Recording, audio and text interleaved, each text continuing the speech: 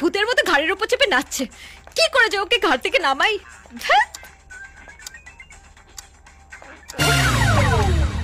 মামু, আমি এখানে টেনশনে মরছি আর তুমি বসে বসে খেলছো। কুল বেবি কুল। টিকিট হাতে ও তোকে কলেজে খুঁজে বেড়াবে, খুঁজতে খুঁজতে রাত হয়ে যাবে, তোকে পাবে না, বাড়ি চলে যাবে। নে বিস্ফোরার ফোন, কথা বল। আমি বলবো না, তুমি বলো। ঘাবড়াচ্ছিস কেন? আমি তোকে প্রম্পট করে যাবো, কথা বল। কিচ্ছু হবে না, বল। হাই বাবু, শোনো না, আমাদের কলেজ না একটার মধ্যেই শেষ হয়ে গেছে, তাই আমি তাড়াতাড়ি বাড়ি চলে এসেছি। রাগ করো না প্লিজ। আরে না না, গার্লফ্রেন্ডের উপরে কেউ রাগ করে? না হলে হাত ছাড়া হয়ে যাবে না। ও সো সুইট। Okay bye. হ্যাঁ, আরে দাঁড়াও দাঁড়াও, আমি তোমাকে বাড়ি থেকে তুলতে আসছি। কি? তুমি আমাকে তুলতে আসছো? কি করে হবে? কলেজ থেকে বাড়ি তো অনেক দূর, তার উপরে রাস্তায় এত জ্যাম। বেশিরভাগ দিন তো আমি বন্ধুর বাড়িতেই থেকে যাই। প্রেমে যেমন ট্রাফিক জ্যাম থাকে, অমনি ট্রাফিক পুলিশও থাকে। ওরা এমার্জেন্সি প্রেমিককে ঠিক রাস্তা করে দেবে। তুমি শুধু তোমার অ্যাড্রেসটা বলো।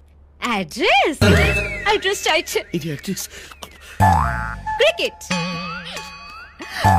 Hockey, golf stick, green, golf green. Golf green? হ্যাঁ, এত বড় জায়গা, অনেক দূর। Golf green? আরে ওইটা তো আমার চেনা জায়গা।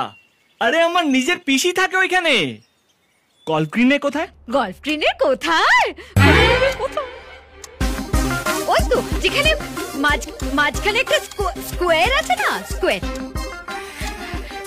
ওই তো যেখানে park.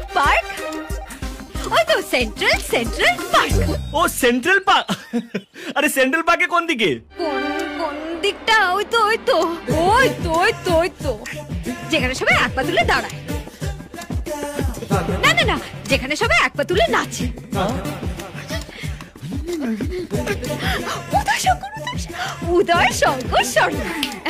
Uday Shankar Sarani. Oh my god Maria, I just can't believe it. বাড়ি নাম্বার 369, ওই সাদা আর গ্রে রঙের দোতলা বাড়িটা। মামু, কি? ও আমাদের বাড়ির অ্যাড্রেস আর কালার ঝরঝর করে বলে দিল। বলে দিল? হ্যাঁ। গিজি টং। দেখ, তাহলে আর চার্জ নষ্ট করে লাভ নেই।